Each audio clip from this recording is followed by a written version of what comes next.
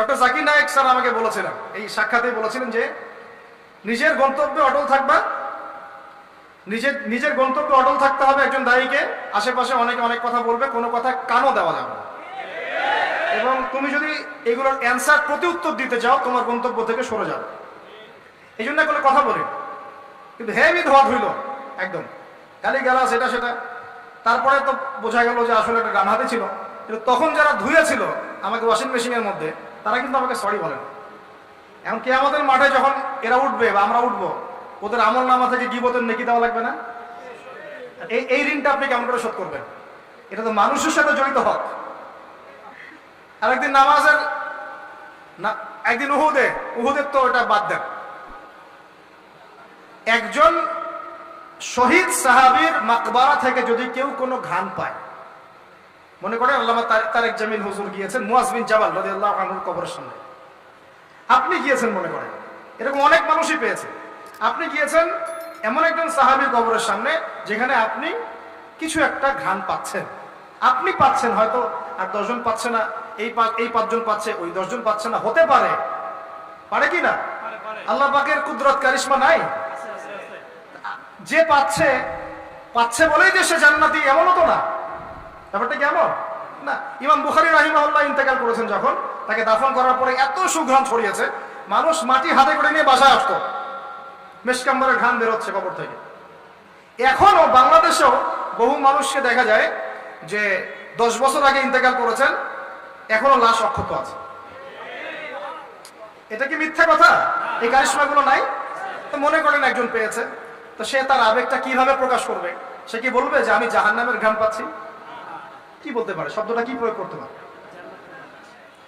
ওরে বাপরে বাপ, এটা নিয়ে যে শুরু করলো এক শ্রেণীর লামাজাবি, বেশিরভাগই লামাজাবি ছিল তারা মাযহাব মানে না, বাট শায়েখ মানে অবশ্য। এটা আবার একটা পয়েন্ট আছে, কোনো মাযহাবই মানি না, আমি কোনো মাযহাবই মানি না, কিন্তু আমার শায়েখকে মানি। আমার শায়েখ যা বলবে তাই। আমার কথা রাগ করছেন? রাগ করেন না, এটা ভুল পথ, এটা একটা ভুল পথ। আপনি যদি মাযহাব না মানেন তাহলে আপনাকে মুজতাহিদ হতে হবে। একজন মুজতাহিদ, যার মাযহাব মানার দরকার নাই, সে কোরআন সুন্নাহ সব জ্ঞান জানে। আপনার তো মাযহাব মানার দরকারই নাই, আপনি তো মুজতাহিদ নিজেই। মাশাআল্লাহ, আমরা তখন আপনাকে মানব, কিন্তু আপনি তো মুজতাহিদ নন। বরং আপনি কোনো কোনো ক্ষেত্রে কোরআনও তেলাওয়াত করতে পারেন না, হাদিসের ইবারতও পড়তে পারেন না, আপনি কোনো ফিকহের মাসআলা দিতে পারবেন না। তাহলে তো আপনাকে কোনো ইমামের অনুসরণ করতেই হবে, এবং সেটা আপনি করছেনও তো। মাশাআল্লাহ, আপনি শায়েখকে ফলো করছেন, ওটা তো মাযহাব মানাই হলো, তাই না? আদতে যা হয়েছে, 4 মাযহাবকে বাদ দিয়ে নতুন একটা মাযহাব চালু করলেন। আদতে কিন্তু এটা হলো, প্রতিষ্ঠিত মাযহাবগুলোকে বাদ দিয়ে নতুন একটা মাযহাব চালু করলেন। মাযহাবে জাকারিয়া, মাযহাবে রাজ্জাকিয়া, এরকম কিছু মাযহাব চালু করলেন, নতুন নতুন মাযহাব। এর বাইরে আপনি যাবেন না। উনি যদি বলেন তালেবান খারাজি, আপনিও বলবেন তালেবান খারাজি। উনি যদি বলেন অমুক আদনানী গোষ্ঠী, আপনিও বলবেন সে আদনানী গোষ্ঠী। তাহলে আপনি তো আপনার শায়েখের মুকাল্লিদ। আপনি কি যাচাই করতে পারেন আসলে কারা খারাজি, কারা সেই? আদতে লা মাযহাবি বলে কোনো শব্দ নাই। আমরা সবাই কোনো না কোনো মাযহাব ফলো করি। বাংলাদেশের সবচেয়ে বড় আলেমের একজনের নাম বলেন দেখি, বলেন একটা নাম বলেন। মাশাআল্লাহ, কি বলেছেন? আব্দুল মালিক দামাত বারাকাতুহু। আচ্ছা, মাশাআল্লাহ। হ্যাঁ, মাশাআল্লাহ, ওনার মতো মুহাদ্দিস এই উপমহাদেশে খুব কমই আছে, ঠিক না ঠিক? এখন উনি এত বড় মানুষ হওয়ার পরেও কি তিনি নিজে কোনো মাযহাব চালু করেছেন, নাকি তিনিও একটা মাযহাবকে ফলো করেন? এখন আমি তো কোরআনই পড়তে পারি না, হাদিসও বুঝি না, মাসলাও জানি না, ফিকহও বুঝি না, 2 দিন 4টা চটি বই পড়ে আপনি মুস্তাহিদ হয়ে গেলেন? মূলত এটা হয়ে গেল শায়েখ পূজা। কি হলো? আপনি কোনো শায়েখকে ফলো করেন, আমি আপনাকে দোষ দিচ্ছি না, নেগেটিভ বলছি না, কিন্তু আপনাকে লিবারেল থাকতে হবে, ওপেন মাইন্ডেড হতে হবে। এমন না যে সে যদি ভুল বলে সেটাই মেনে নেবেন। এখন মূল কথাটা আসেন, এই যে শুরু করলো ঘ্রাণ, জান্নাতের ঘ্রাণ পেয়েছে। আরে বাপরে বাপ, জান্নাতের ঘ্রাণ দুনিয়া থেকে পাওয়া যায় না, এই সেই। তখন মনে হচ্ছিল যে আল্লাহ, এই মিডিয়াগুলোর চাইতে আমাদের বড় শত্রু মনে আর কেউ নাই। ঠিক আছে, নামাজের আপনাকে গুরুত্ব বুঝাচ্ছিলাম। যে কোনো বক্তব্যে হোক, মাদ্রাসায় হোক, ওলামায়ে কেরাম এগুলো বুঝান, আমাদেরকে শিখিয়েছেন ছোটবেলায়। যখন নামাজ পড়বা তখন প্রত্যেকটা সেন্টেন্স সুন্দর করে বলো যে ইয়্যাকা না'বুদু ওয়া ইয়াকা নাস্তাঈন, স্পষ্ট করে সুন্দর করে বলো, তাড়াহুড়া করো না। এখন আপনি মনে করেন বলছেন ইয়াকা না'বুদু ওয়া ইয়াকা নাস্তাঈন, তো এখানে কানা বলে কোনো শব্দ আছে? বলেন তো, কথাটা বুঝেন কি? শব্দটা ইয়াকা, শব্দটা কি? ইয়াকা একটা শব্দ, না'বুদু একটা শব্দ, ওয়া ইয়াকা একটা শব্দ, নাস্তাঈন একটা শব্দ। তো আপনি পড়ছেন ইয়াকা না'বুদু, ইয়াকা না'বুদু, এই কানা মানে আবার কে? শব্দটা হচ্ছে ইয়াকা না'বুদু, এই তো ইয়াকা না'বুদু ওয়া ইয়াকা নাস্তাঈন। তো এখন আমাদেরকে শেখানো হচ্ছে, ছোটবেলা থেকে শিখেছি আমরা, যে সুন্দর করে তারতিলের সাথে কোরআন তেলাওয়াত করবে, যাতে প্রত্যেকটা শব্দের পার্থক্য বোঝা যায়। আপনি বলছেন, ধরেন কথার কথা, আপনি বলছেন, আমি বলছি আল্লাহু আকবার, আল্লাহু আকবার। এখন কেউ বলছে আল্লাহু আকবার, আল্লাহু আকবার, তো শব্দটা কি হু আকবার না আল্লাহু আকবার? একটা সৌন্দর্য আছে না? এইটাই বুঝাচ্ছিলাম যে সামিআ আল্লাহু লিমান হামিদা, সামিআ আল্লাহু লিমান হামিদা। এই বাপরে বাপ, কি যে শুরু করলো! তখন মনে হচ্ছে সংসদে বিল পাস করা খালি বাকি রাখছে, এটা সংসদ পর্যন্ত নিয়ে যাবে, এটা মনে হচ্ছিল আমার কাছে। হায় রে বাঙালি জাতি! ভাই, মূল কথা আজকের লেকচারের, পুরো বিশ্বে আমাদের অবস্থা ভালো না, মূল জায়গায় থাকবেন, শাখা প্রশাখায় যাবেন না। আমাদের মূল জায়গা হচ্ছে পরিপূর্ণ ইসলাম পালন করব, নিজে করব, আমার পরিবারে প্রতিষ্ঠা করব ইনশাআল্লাহ, আমার বাচ্চাদের মধ্যে প্রতিষ্ঠা করব ইনশাআল্লাহ। আমরা উলামায়ে কেরামের মধ্যে কোনো বিভক্তি সৃষ্টি করব না, আমরা ইস্যু পাগল হব না, আমরা মাজলুমের পক্ষে থাকব, আমরা জালেমের বিপক্ষে থাকব। মুনাফিকদের সাথে কোনো আপোষ নাই, জালেমদের সাথে কোনো আপোষ নাই। আমরা উম্মার ঐক্যের চেষ্টা করব, বিভক্তির দিকে যাব না। আমরা হালাল খাবো, আমাদের উপরে যারাই গভর্নমেন্টে আসুক আমরা আনুগত্য করব, আমরা আনুগত্য করব, আমরা তাদের সাথে বিদ্রোহে যাব না, তাদেরকে ওয়াজ নসিহত করব, বোঝানোর চেষ্টা করব এবং জাতিগত ঐক্য ধরে রাখবো। হ্যাঁ, তারা যদি সরাসরি ইসলামের বিরুদ্ধে চলে যায় তখন যা করার তাই করবো ইনশাআল্লাহ। কিন্তু সরাসরি কি তারা ইসলামের বিরুদ্ধে যাচ্ছেন? যাচ্ছেন না। অতএব এখানে আমরা কোনো ফাসাদ সৃষ্টি করব না, কোনো দরকার নাই ভাই। মুসলিম মুসলিম মারামারি করে এগুলো শহীদ না, মুসলিম মুসলিম লাঠি বৈঠা নিয়ে মারামারি করে এগুলো শহীদ হবে না, সাবধান, এটা সঠিক পথ নয়। তবে আমরা অবশ্যই অবশ্যই তাদেরকে নসিহত করব, দোয়া করব, জাতিগত ঐক্য ধরে রাখবো এবং আমাদের লক্ষ্য আমরা স্থির রাখবো। এখন কনক্লুশনে আসে, বিশ্বের এই অবস্থায় আমাদের অবস্থাটা কি একটু দেখাই, তারপর শেষ করে দিই। একটু বসেন, 10টা মিনিট খালি মনোযোগ দেন। আমাদের অবস্থা কি দেখেন? পুরো বিশ্বে কি আমাদের খেলাফা আছে? বললাম নাই। পুরো বিশ্বের অর্থনৈতিক শক্তি আমাদের হাতে আছে? রাজনৈতিক ক্ষমতা আমাদের হাতে আছে? বৈশ্বিক রাজনৈতিক ক্ষমতা আছে? নাই। আমাদের কি মিডিয়াগুলো সব স্বতন্ত্র, নিজের স্বাধীন? আমাদের কি এই পারমাণবিক অস্ত্রশস্ত্র ওয়েপন্স আছে? আছে ভাই? নাই। আমাদের কি ঐক্যবদ্ধ জাতির একটা নেতা আছে? ওয়ান আমির, ওয়ান জামা, এরকম কিছু আছে? নাই। এখন এই অবস্থায় আমরা যদি আমাদের অবস্থানকে উন্নত করতে চাই, এই অবস্থায় আমরা কি চাই? আগে আমাকে বলেন, আমরা কি চাই যে আমাদের অবস্থা আগের মতো হোক? আগের মতো বলতে রাসূলের যুগের মতো, সাহাবীদের যুগের মতো আমরা কি চাই আমাদের অবস্থা আবার সেরকম হোক?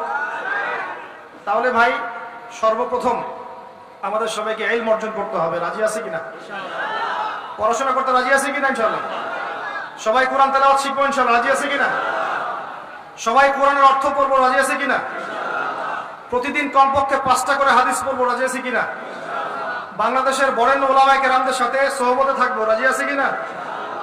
আমরা সবাই হালাল খাবো ইনশাআল্লাহ। রাজি আছে কিনা? হারাম থেকে দূরে থাকবো। রাজি আছে কিনা? আমাদের পরিবারে আমরা বেপরদামি ঢুকতে দিব না। রাজি আছি? আমাদের সন্তানদেরকে মানুষ করবো। রাজি আছি? আমরা আমাদের এই সমাজের মধ্যে মানব সৃষ্ট কোনো ফাসাদ সৃষ্টি করবো না। রাজি আছি ইনশাআল্লাহ? আমরা মুসলিম উম্মার নির্যাতিত ভাই বোনদের জন্য দোয়া করবো। রাজি আছি কিনা? তাদের জন্য আল্লাহর দরবারে কান্নাকাটি করবো। রাজি আছি কিনা? আমরা উম্মার মাঝে কোনো বিভক্তি সৃষ্টি করবো না। রাজি আছি কিনা? আমরা সবাই মিলে দ্বীনের দাওয়াতে কাজ করবো। রাজি আছি কিনা? আমরা সবাই মিলে প্রয়োজনে আল্লাহর দ্বীনের জন্য জিহাদ করবো। রাজি আছি কিনা? আল্লাহ পাক আমাদের সবাইকে যেন কবুল করেন, আমিন। অন্তরের চিকিৎসার জন্য হকপন্থী উলামায়ে কেরামের কাছে গিয়ে মারিফত অর্জন করেন। মারিফত বুঝেন কি? এই যে আমরা ইসলাম প্র্যাকটিস করি যেগুলো, এগুলোর মধ্যে অনেক সময় মারিফত থাকে না। এটা তাজকিয়া, আত্মশুদ্ধি, ইহসান, এগুলো আল্লাহওয়ালা মানুষের সোহবতে গিয়ে অর্জিত হয়। এমন আল্লাহওয়ালা মানুষ আছেন বাংলার মাটিতে যাদের কাছে গেলে আপনার আত্মশুদ্ধি অর্জন হবে, মনের মধ্যে নূর আসবে, তাসকিয়া আসবে, এবং আপনার অন্তর্দৃষ্টি প্রখর হবে। আপনি বুঝতে পারবেন যে হ্যাঁ আসলে কি হচ্ছে। সবাই কি সব দেখতে পারে না? ওই যে মুসা আর খিদির আলাইহিস সালাম, মুসা কি বলছিলেন, নৌকা কেন ফুটা করলেন, বাচ্চা কেন হত্যা করলেন, তাই না? মনে আছে? দেওয়াল কেন নির্মাণ করলেন? নবী হয়েও বুঝতে পারছেন না তিনি কেন। বিকজ তার কাছে ওই বাসির আল্লাহ পাক তখন দেন নাই যা তিনি খিজিরকে দিয়েছেন। আর খিজির আলাইহিস সালাম বলছেন বাচ্চা হত্যা না করলে বড় হয়ে কাফের হবে, ওই যে গণজাগরণ মঞ্চে যাবে আর কি। কথা বুঝতে পারছে না? আল্লাহ মাফ করো, ছোটবেলায় মেরে দিলাম। তারপরে এই নৌকা কেন ফুটা করলাম? নৌকা ফুটা না করলে জলদস্যু নিয়ে চলে যেত। আর দেয়াল নির্মাণ করেছি, এই দেয়ালের নিচে এই এতিম বাচ্চার সম্পদ আছে। তাহলে এখানে কে সঠিক, মুসা আলাইহিস সালাম না খিজির? এটা কেবল অন্তর্দৃষ্টি। এটা অর্জিত না হলে আপনি তো বুঝতে পারবেন না আসলে কি হচ্ছে। যদি এত এত এভিডেন্স দেওয়ার পরে আপনি বুঝতে না পারেন যে সময়টা এখন ক্লোজিং ডাউন, তাহলে আমি বলবো আপনি রুহের চিকিৎসা করেন। আর একটা চিকিৎসা হচ্ছে সূরা কাহাফ তেলাওয়াত করেন। কোন সূরা? আল্লাহ পাক তৌফিক দান করেন। আমি একটা জিনিস লক্ষ্য করছি, বাংলাদেশের নির্দিষ্ট একটা ঘরানার মধ্যে এই ধরনের আলেমদের সংখ্যা বেশি। সব ঘরানায় না, একটা নির্দিষ্ট ঘরানার মধ্যে। কেন এই ঘরানার মধ্যে, এটাও চিন্তা করে বের করার চেষ্টা করলাম। কারণ ওই ঘরানার মানুষরা ভিতরে ভিতরে মাশাআল্লাহ একটা জিহাদি জজবা লালন করত। আমাদের ওলামায়ে দেওবন্দ ব্রিটিশ পিরিয়ডে যা যা করেছে এটা তো আপনারা জানেনই। ওই ঘরানার ভিতরে এমন কিছু মানুষ মানে দিন দিন তৈরি হচ্ছিল যারা দাওয়াত, জিহাদ, একামতে দিন এই কনসেপ্টগুলো লালন করত। তো টেকনিক্যালি ওই ঘরানার মধ্যে এমন কিছু মুনাফিক মার্কা দাড়ি টুপি বলা ঢুকিয়ে দেওয়া হয়েছে যে ওই ঘরানার মানুষদের, ওই ভাইদের জন্য ঈমানটা নষ্ট হয়েছে। তোমার জন্য আফসোস, তোমরা বুঝতে পারলা না যে সে তোমার বন্ধু না, তোমার শত্রু। সে তোমার আকীদা বিশুদ্ধ করতে আসে নাই, তোমাকে মুনাফিক বানাতে এসেছে। আকীদা শেখার অনেক বড় বড় শায়েখ আছে বাংলার মাটিতে, ওইখানে এসে শিখো। এমন আকীদা শিখতে যায় না যাতে ইসলাম থেকেই বের হয়ে চলে যায়। জালেমদের পক্ষ নিতে হয়, মাজলুমের বিপক্ষে কথা বলতে হয়, এমন আকীদা শেখার দরকার নেই। আমার কথা কি বুঝতে পারছেন? এর চেয়ে খোলামেলা বলা সম্ভব না। সমাজদারকে নিয়ে ইশারা কাফি বুঝে নেন। ওই যে বললো না বাজে রেখে আপনাকে কি দেবো স্যাংশন, মানে ওটা হচ্ছে বাপের সম্পত্তি, যখন চাই জাগির ছাড়িয়ে দেয়। মানে স্যাংশন মানে কি, আপনার টাকার মানটা কমায় দিবে, একদম ফেলে দিবে। মানে আপনার এক বোতল পানি কিনতে তখন দেখা যাবে যে 300 টাকা লাগছে, এখন 20 টাকা লাগছে, তখন লাগবে 300 টাকা। মানে হাহাকার অবস্থা। স্যাংশন, ইকোনমিক স্যাংশন, তখন ইনফ্লেশন হয়। ইকোনমিক্সের ভাষায় ইনফ্লেশন মানে হচ্ছে কি বুঝেন? মানে এটা বলে মুদ্রাস্ফীতি। মানে আপনার টাকাটা ফুলে যায় এমন না, মুদ্রাস্ফীতি মানে টাকা স্ফীত হয়ে গেছে এমন না, মানে টাকার মানটা ধাপাস করে পড়ে যায়। যেহেতু অর্থনৈতিক কন্ট্রোল তার কাছে, ব্যাংকিং সিস্টেম তার কাছে, এই কারণে ও চাইলে এটা করতে পারে। কিন্তু এত কিছুর পরেও এই বছর, এই 2023 সালে ওদের মুদ্রা ব্যবস্থাকে বুড়া আঙ্গুল দেখিয়ে আফগানি মুদ্রা হয়েছে সবচেয়ে সেরা। এটা কি জানেন কিভাবে হয়েছে? আপনার একটু ঘাটাঘাটি করে দেখেন। যাকাত দিয়েছে ওরা, কি করেছে? যাকাত দিয়েছে ওরা। দ্বৈত মুদ্রানীতি চালু করেছে, এটা তো অনেকে বুঝবেন না। মানে আমাদের দেশে একক মুদ্রানীতি, ওরা দ্বৈত মুদ্রানীতি। মানে শুধু ডলারেই সবকিছু হয় না, ওখানে রুপিও কাজ করে, ইরানি রুপিও কাজ করে, পাকিস্তানের রুপিও কাজ করে। তার মানে একটা মুদ্রার একচ্ছত্ব অধিকার থাকে না, তখন এই অর্থনীতির মধ্যে একটা অন্যরকম ব্যালেন্স আসে। ওরা অনেক স্মার্ট। আপনারা যে মোল্লাদের দৌড় মসজিদ পর্যন্ত বলেন, এই ভাইরা অনেক স্মার্ট। আল্লাহ পাক তাদেরকে আরো শক্তিশালী করুন, দোয়া করুন। এখন কিছু মানুষ তো বলে বেড়ায় অনলাইনে যে ওরা তোমাদের জামাই হয়। হ্যাঁ, ওরা জামাই লাগে, ওদের প্রতি ভালোবাসা দেখালে নাকি আপনি মুনাফিক হয়ে যাবেন। অনলাইনে যে কত কি দেখি, মানে দেখবো কত। অনলাইন খুললে তামাশা শেষ নাই। আমরা আমাদের মুসলিম ভাইদের মধ্যে কোনো বিভক্তিতে যাব না, কিন্তু আমরা মুনাফিকদের সাথে নাই, আমরা মুনাফিক গাদ্দারদের সাথে নাই। আমরা ইমানদার হকপন্থী জামাআ, তাদের মধ্যে যত ফুরুরু থাক না কেন, আমরা এদের সবার সাথে আছি ইনশাআল্লাহ। কিন্তু আমরা গাদ্দার মুনাফিকদের সাথে নাই। হকপন্থী ওলামায়ে কেরামদের মধ্যে শত শত দল থাক না কেন, তারপরেও তারা একটা ছায়ার নিচে, ছাতার নিচে আছে ইনশাআল্লাহ। আমরা তাদের সবাইকে সম্মান করি, তাদের সবার সহবত নিবেন, দোয়া নিবেন ইনশাআল্লাহ।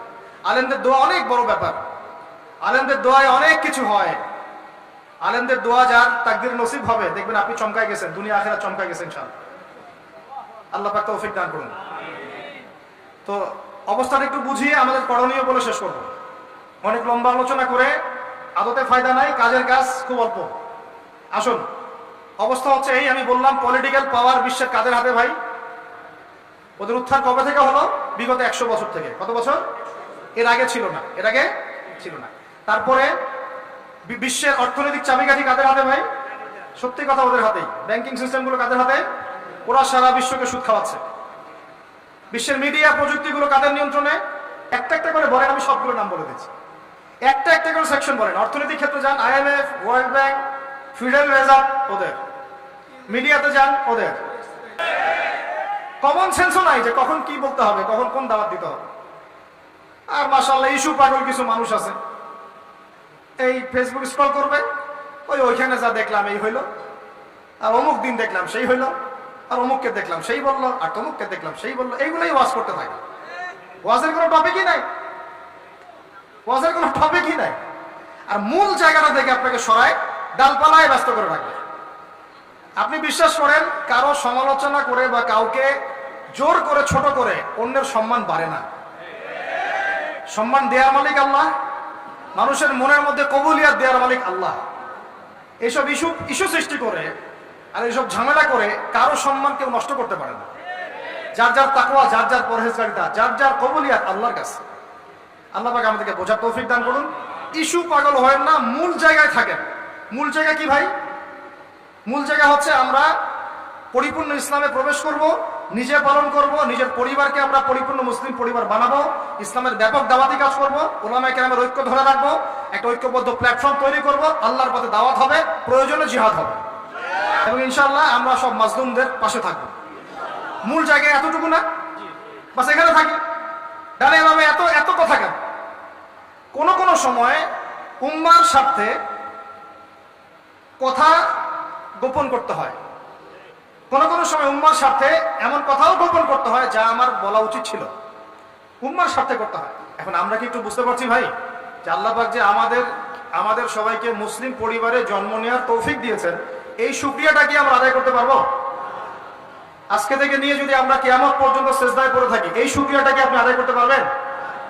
কিন্তু এখন হতভাগা সেই মুসলিম পরিবারের ছেলে মেয়েরা নামাজ পড়ে না,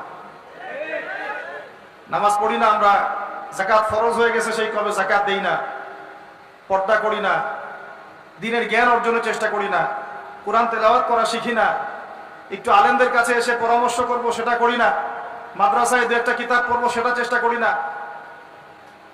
আল্লাহ পাকের জমিনে যে আল্লাহ পাকের আইন মেনে চলবো সেটাও করি না। এখন আমরা কত বড় হতভাগা একটু চিন্তা করি। শুকরিয়া আদায় করতে হবে না যে আল্লাহ পাক মুসলিম পরিবারে জন্মগ্রহণ করার তৌফিক দিয়েছেন? তাহলে আজকে থেকে নিয়াত করি ইনশাআল্লাহ পরিপূর্ণ রূপে মুসলিম হব ইনশাআল্লাহ। আল্লাহ পাক সূরা বাকারায় বলেছেন উদখুলু ফিস সিলমি কাফা, তোমরা পরিপূর্ণ রূপে ইসলামে প্রবেশ করো। এখন আমাকে বলেন দেখি, পরিপূর্ণ প্রবেশ মানে কি? পরিপূর্ণ প্রবেশটা মানে কি? এই বোতলের মধ্যে পানি আছে, একটু ফাঁকা দেখা যায়, যায় কি যায় না? তাহলে কি বোতলটা পানি দিয়ে পরিপূর্ণ? না। যদি একদম টইটুম্বর থাকতো আমরা বলতাম বোতলটা পানিতে পরিপূর্ণ। এখন আমরা একটু চিন্তা করি যে আমরা যারা মুসলমান আছি, বাংলার মুসলিম, আমরা কি পরিপূর্ণ রূপে ইসলাম পালন করতে পারছি কিনা বা করছি কিনা? আমাদের সামনে যতটুকু সুযোগ আছে এতটুকুই করছি কিনা? নামাজ পড়তে সরকার বাধা দেয়, রোজা রাখতে বাধা দেয়, যাকাত দিতে বাধা দেয়, পর্দা করতে বাধা দেয়। কিছু কিছু ইউনিভার্সিটি টেকনিক্যালি বলে আর কি পর্দা না করতে, তাই না? সরাসরি তো বলার সাহস পায় না। কিন্তু আপাত দৃষ্টিতে তো আপনার সামনে ইসলাম পালন করার সুযোগ আছে, আছে না নাই? কোরআন তেলাওয়াত করা শিখবেন, কেউ বাধা দিবে? মাদ্রাসা আমরা যদি করি প্রত্যেকটা গ্রামে গ্রামে, সরকার বাধা দিবে? বাধা দিলে তো সে শাসন ক্ষমতায় থাকতে পারবে না, তাই না? কারণ জনগণ তো মুসলিম, মুসলমানদের চাহাত এর দিকে লক্ষ্য রেখেই তো তাকে শাসন কার্য পরিচালনা করতে হবে, নাকি? এখন আমাদের সামনে যে সুযোগ আছে, এই সুযোগটুকু কি আমরা নিচ্ছি? আমরা কি সবাই মুসলিম, কালিমা পড়া মুসলিম? সবাইকে নামাজ পড়ছি?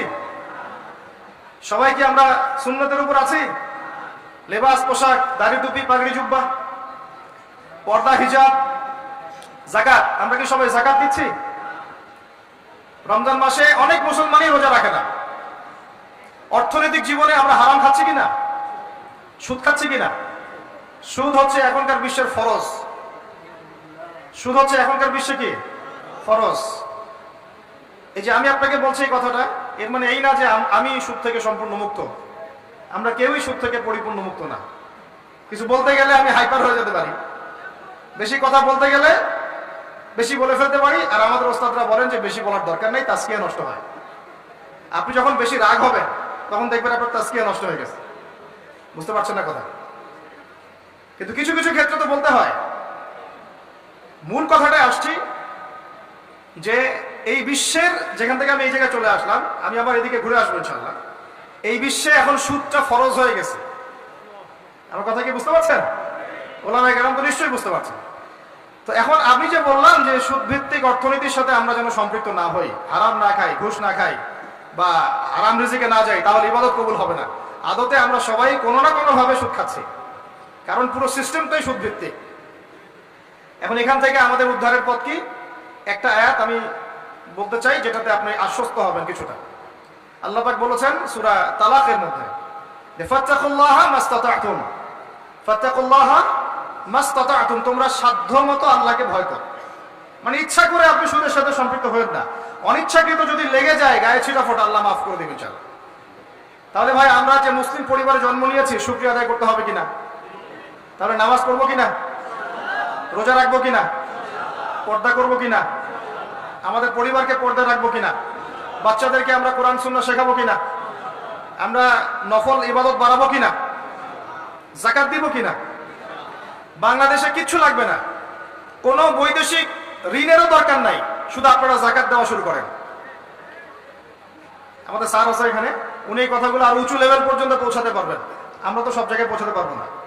কোনো বৈদেশিক ঋণের দরকার হবে না যদি আমি যাকাত দেওয়া শুরু করি। যাকাতের খাত কয়টা? 8টা। কয়টা? 8টা। খাতগুলো খুঁজে খুঁজে বের করেন, মুফতি সাহেবদের সাথে পরামর্শ করেন, দেখেন শুধু যাকাতের টাকা দিয়েই দেখবেন দারিদ্রতা দূর হয়ে গেছে ইনশাআল্লাহ। এটা প্রমাণিত অর্থনীতি, এটা কোনো কাল্পনিক অর্থনীতি নয়। আপনি উমর রাদিয়াল্লাহু আনহুর যুগে খুঁজে খুঁজে কোনো ফকির মিসকিন পাবেন না। পাবেন? উসমান রাদিয়াল্লাহু আনহুর যুগে আপনি খুঁজে খুঁজে মিসকিন পাবেন না। তাহলে তাদের সময় কিভাবে সম্ভব হলো, এখন কেন হয় না? মাঝে মাঝে আমরা দেই টুকটাক যাকাত, মসজিদে, মাদ্রাসা, এখানে ওখানে, আর মনে করি যে আমি পাক্কা মুসলমান হয়ে গেছি। প্রথম নসিহত আজকে, আল্লাহ পাক আমাকে আমল করার তৌফিক দান করুন, আপনাদের সবাইকে তৌফিক দান করুন। উদখুলু ফিস-সিলমি কাফা, তোমরা পরিপূর্ণরূপে ইসলামে প্রবেশ করো। যতদিন পর্যন্ত আমরা পরিপূর্ণ মুসলমান না হচ্ছি, পুরো বিশ্বে মায়ের খাওয়া বন্ধ হবে না। যে মুসলমান নামাজ পড়ে না, সে কেন মায়ের খাবে না আমাকে বুঝান। যে মুসলমানের নৈতিকতা নাই, 10টা টাকার জন্য ঈমান বিক্রি করতে পারে, সে কেন মায়ের খাবে না? যে বোন পর্দা করার ফুরসতই পাচ্ছে না, তার কাছে মনে হচ্ছে দেহের প্রদর্শনীই মনে হয়, এটাই মনে হয় ভালো, তো সে কেন মায়ের খাবে না? কেন ধর্ষণের শিকার হবে না আমাকে বুঝান। যখন আমরা হারাম খাচ্ছি, কিভাবে আমাদের দোয়া আরশে আজিমে পৌঁছাবে আমাকে বুঝান। আর যখন আমরা রাষ্ট্রীয়ভাবে, জাতিগতভাবে আল্লাহর হুকুম আহকাম বিধানকে পাশ কাটিয়ে মানব রচিত বিধান চর্চা করছি, আল্লাহর রহমত কিভাবে নেমে আসবে আমাকে বুঝান। আমি বুঝি না ভাই, আমাকে বুঝান। কোন অপশন আছে? একটা বিষয়ে কান খুলে শুনে রাখেন, আসন্ন সময়গুলোতে এই বিশ্বে শুধুমাত্র ইসলাম থাকবে, আর কিছু থাকবে না। আল্লাহ পাক এমন একটা প্রজন্ম অচিরেই নিয়ে আসবেন যারা এইরকম ইসলাম পালন করবে না।